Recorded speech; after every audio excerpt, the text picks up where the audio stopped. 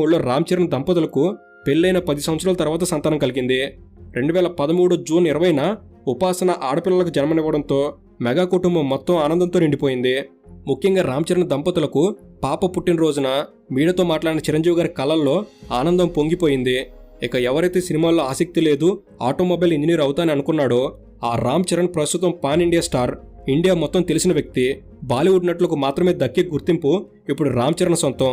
Ram Charan popularity గురించి చెప్పాలంటే చిరంజీవి గారి కుటుంబం మొత్తం 2024 జనవరి 22న జరిగిన అయోధ్య రామమందిర ప్రాణప్రతిష్ఠ కార్యక్రమానికి హాజరయ్యారు. ఆ సమయంలో సచిన్ టెండూల్కర్ చిరంజీవి గారితో మీరు రామ్ చరణ్ గారి తండ్రి కదా అన్నారంట.